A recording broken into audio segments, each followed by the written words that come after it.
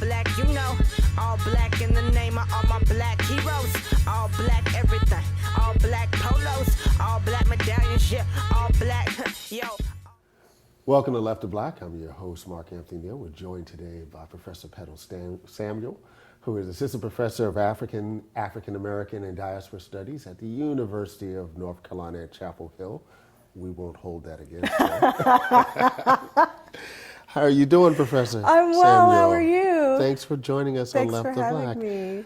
A few months ago, you did a wonderful review essay for Public Books where you looked at the work of Sammy Schalk and her work around Black disability studies and our own Britt Russert. And you make some very interesting claims, I think, about what Black studies is, where it needs to go, and the challenges of it existing within the academy. And I was struck by your opening statement where you talked about how whenever we hear words like rigor, you know, as descriptors of the work that we do, it's almost a signal of something that is not hospitable to Black studies and really hospitable to the study of Black bodies. Talk about, as a young scholar, you know, the challenge of being able to do the work that you want to do, that is, as you described it, undisciplined in many ways, in fields in which they demand a certain kind of disciplinarity and certain kind of rigor within the discipline. It really doesn't serve us very well as scholars. Right. Thank you for picking up on that. And I think in some ways I'm really fortunate to have come up in the academy at the time that I did, because there were a lot of scholars who were already challenging the limits of the discipline. And in particular, when I started my grad work, I was thinking very deeply about questions of archive and archival silence. And I already had examples in scholars like Saidiya Hartman, like Tina Campt, who were approaching the archive in these really new, exciting ways, reading beneath and beyond silences, and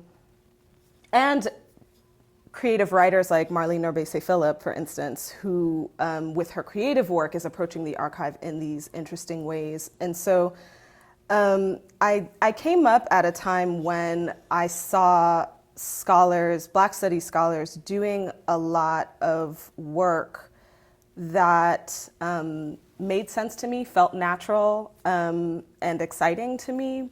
And then sort of, I then had to learn during my training that what they're doing was somehow pushing against the conventions of the discipline. But it felt natural to me. It felt like it made sense given the particular historical conditions that Black studies scholars are looking at and facing when they enter the archive. So I came up undisciplined and then had to learn the strictures of disciplinarity and understand what kind of move they were making. So let me pick up on this point about archives, and particularly given the discipline in which you were trained. There's this idea that if you're going to work on, say, Caribbean literature or Black literature, that's only a certain set of archives that you can look at. Yeah. Talk about, you know, expanding what that might look like, really into the idea of almost ephemera, in terms of thinking about, you know, what kind of archives do we really need to dig into that aren't always going to be as visible and present to us. So one of my methodological models for my work has been Tsitsi Jaji, who's here, and her book Africa in Stereo. Absolutely. And one of the things that's most exciting to me about that work is that she is, of course, dealing with a wide range of sources, so literary sources, but also programs, videos, sheet music. But she's also thinking about the soundscape and the sensory through the textual. Yeah. And so there's a way that she is not just reading sound as a text or looking at music as a text, but thinking through the logics of sound in order to read those texts. So there's this beautiful close reading she does in the book where she's doing a close reading of a poem and suggests this is how many meters a sound wave must travel before it becomes an echo, and this is how many lines are in this poem. So there's something about the logics of sound that are informing. Right. And so to the question about archive, I think it's watching scholars like Tsitsi have suggested to me that there's a lot that we can do in terms of reading beyond the material that we typically read in the discipline, but there's also a lot that we can do in terms of how we approach that material, that we can read it in ways that are unconventional, that we can look to things like sound and think about the logics of sound as a theoretical approach to these texts. So in that sense, I'm drawing on Trio and his sort of charge that in Silencing the Past, that it is important that we expand the archive, but it's also important that we learn to think about the archive in the archives that we have in different ways. I'm going to read this quote from your essay. Hearsay, rumor, experimentation, and other forms of speculation have become the basis of innovative methodologies. Expand upon that. Yeah, I think when I was reading Sami Schock's work and Britt Russert's work, I feel really compelled by what's happening in studies of speculative fiction and generally speculative approaches to the archive. So, like Saida's new book. Yes, Right, yes, right, exactly. right. And we could even think back to a text like Beloved and the way that Toni Morrison talks about literary archaeology, and she takes the story of Margaret Garner, and in some ways she is imagining the sort of meat around the bones of that story. And she clarifies, Morrison, in her essay on where she talks about literary archaeology, she clarifies that this is not guesswork, that this is not just sort of blind guessing, but that as Black studies scholars who don't have the kinds of material that other scholars have as a function of colonialism and the destruction of our archives, we do have to command these other resources at our disposal. And so I love the way that Sami Schock and Britt Russert and Black studies scholars in general are looking for ways to think about the imagination as something that we can command in our disciplines, as something that is rigorous, as something that is integral to scholarly work. It makes me think a lot of, say, John Aconfer's work, particularly the recent work on Buddy Bolden, where he's really just imagining a history for him that makes sense to us given the historical period and how we think about madness and brilliance and a range of other things. Right. Yeah, and I think that part of what that helps us do in terms of, also if we're thinking about time, because Zong, of course, comes to mind in this way that when we're thinking about ethics and time and ethical approaches to these archives, that the act of imagining a story around the sort of bones of what we have in the archives is something that Black studies scholars are that it risks. There's a risk of it becoming play, and but Black studies scholars are being really careful about the ethical stakes of this, and I think that part of what they're doing is not just trying to have a sort of low stakes imaginative play around a story, but trying to think in ways about how these figures in our archives how their experiences in their lives are linked to our experiences through the longue durée of the transatlantic slave trade and so on. So when Marlene Orbese-Philip is doing live performances of Zong, that is about remembering that the legacy of the Zong massacre is not over. And so we're implicated in those narratives. And so I see it as what Jana Comfra is doing, what Marlene Orbese-Philip is doing. I see these as ethical approaches to the archive as well. I'm fascinated with the idea of intellectual lineages. What lineage would you identify as your own in terms of the work that you're doing, or even the kind of work that you continue to hope to do? So I can think of this in sort of two ways. One, in terms of quite literally who I've worked with and who has trained me. And in other ways, the work that I see myself aligned with theoretically.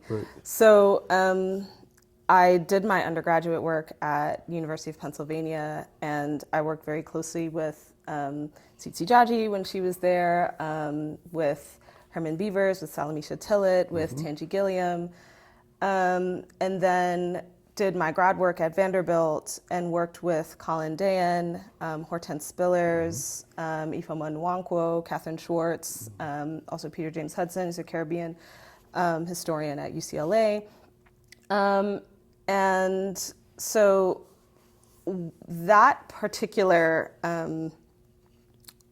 sort of family of scholars was special to me, of course, in terms of their importance to the fields of Caribbean studies and Black studies in general, and their work in literary studies. But I learned a lot in terms of sort of scholarly ethics from them. So the sense of what is scholarship meant to do, that this isn't just sort of, we're not just trying to sort of climb the ranks. We're really looking for ways to make it possible for the scholars who are coming after us to think differently. To build community. To build a canon, right? And so that was there. And also they were extremely generous readers. So I remember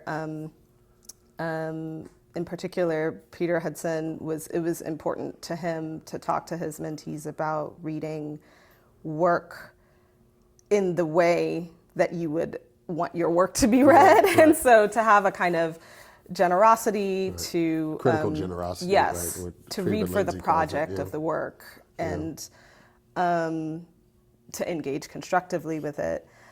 But then on the other hand, Black feminist scholarship has been really important to me. So Hortense Spillers, of course, as she is for many of us, really shifted what I thought was possible in terms of literary studies, the combination of literary studies, studies of the archive, and Black feminist studies. And scholars like Kimberly Crenshaw, so also critical race, Black feminist critical race scholars as well. And they are have become more and more important to me over time as I start to think through the law and the legal terrain of soundscape management, which is what is integral to my own project. So I would think of myself in those two traditions, sort of Caribbean studies, literary scholars and historians, but also Black feminist scholars and Black feminist critical race scholars. I was struck by the title of your dissertation, and particularly one particular phrase, this idea of the colonial ear. Can you unpack that? So I'm thinking through in that work, along with scholars like Edwin Hill, who writes his book, Black Soundscapes, White Stages, and scholars like Tsitsi Jaji and so on. I'm thinking through the ways that colonial authorities attempted to condition hearing as an integral project to colonial rule in the British colonies. So what I mean by that is that in my project, I'm thinking through this idea that hearing is universal and objective, that we all sort of know what music is and we know what noise is. We know what good sound is, we know what bad sound is. And that becomes problematic, of course, in the cases that I look at in terms of noise complaints and regulations against noise, because noise is very vaguely defined, and so, and of course defined against Black subjects always. And so, what I wanted to do in the dissertation is trouble this idea that the senses can be understood, that the senses don't, as particularly our sense of hearing, in terms of our ideas about volume, things that seem objective, that hearing really is not sort of immune to the project of colonialism, that in fact colonial authorities were working to try and condition reality. It was a project of shaping reality and not just confining bodies, moving bodies, right? So there was a sort of attempt, partial and not always successful, but an attempt to shape reality. Okay. When you think about the work that you're doing now, you're in a Black Studies department. How important do you find Black Studies is at this particular political moment, right? We know about how, what the historical aspect is, but in Trump's America, just to be frank, right. How important is Black Studies at this point in time for you? It's integral. It's always been important, especially in the era of Trump, before the era of Trump.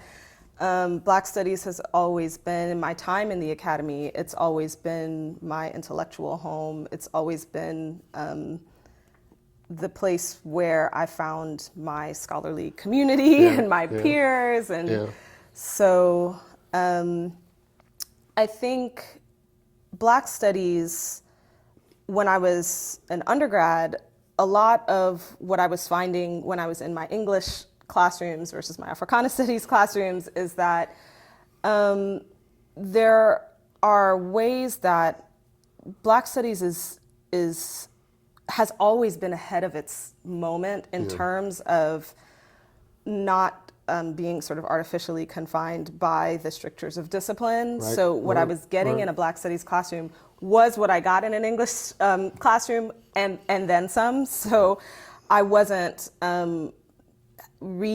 close reading a passage out of the context of, of broader histories of colonialism and slavery. I was able to bring together historical forms of analysis, historicism, close reading, so on and so forth.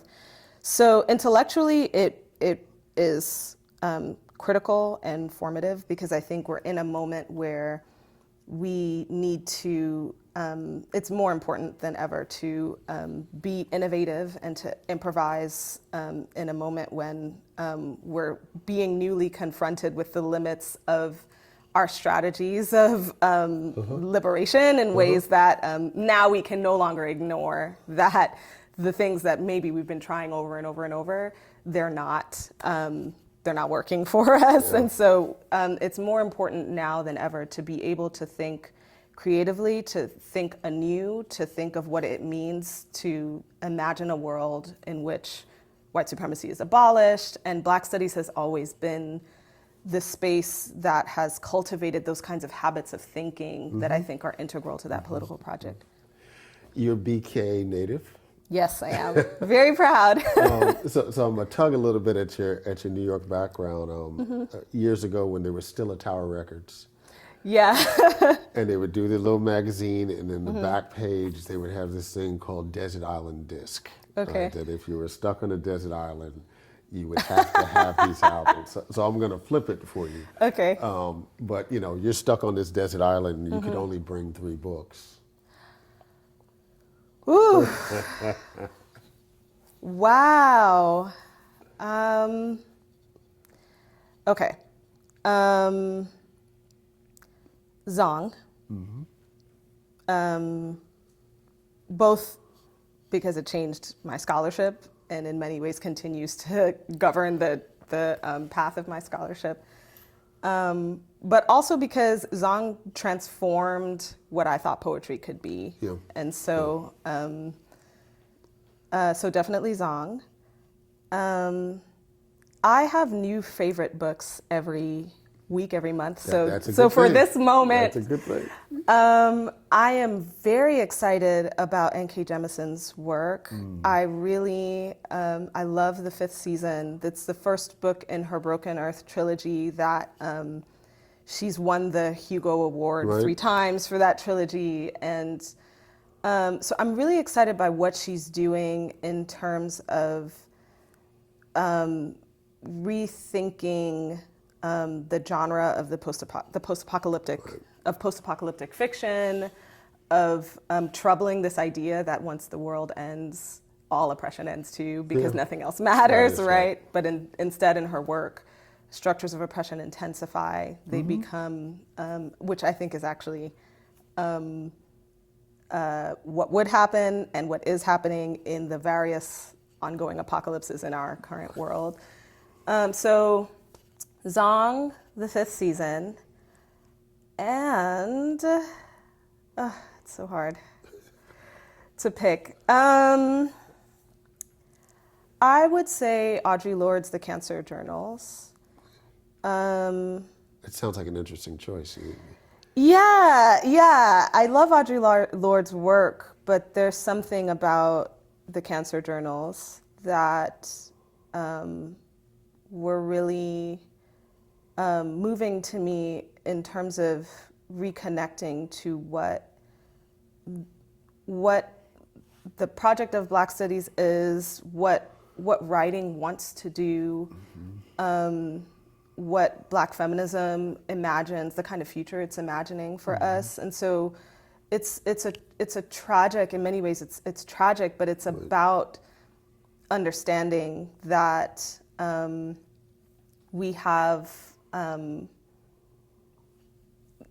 we don't have time to be afraid, right? That we don't have time to be half of ourselves, and we don't this world, in many ways, we're being targeted for death constantly, always, at all times, in many ways, and that the fear of death and the fear of the end is always imminent, particularly for Black people, and that means that in these moments when we wonder, should I pursue this project that I'm afraid will fail, or should I engage in this line of study, will I be targeted for XYZ, that to take courage from the fact that we are, in some ways, we're already under the threat of extermination, and that we can we've survived and overcome that terror once already, and so we don't need to continually go back to the place of fear. We can proceed from a place of courage and bravery. So yeah, that's what I'd say for my 3 books. Thank you. You've been watching Left of Black. We've been joined today by Professor Petal Samuel, Assistant Professor of African American, and Diaspora Studies at the University of North Carolina at Chapel Hill. Thank you for joining us. Thank you so much for having me. At the top is Barack and a stack of all black jeans, cause I'm never gonna slack. Black boy shorts on my ass, like teachers stay on short. Black boys in class, so they grow to lead the masses. Black sunglasses, cause my future bright.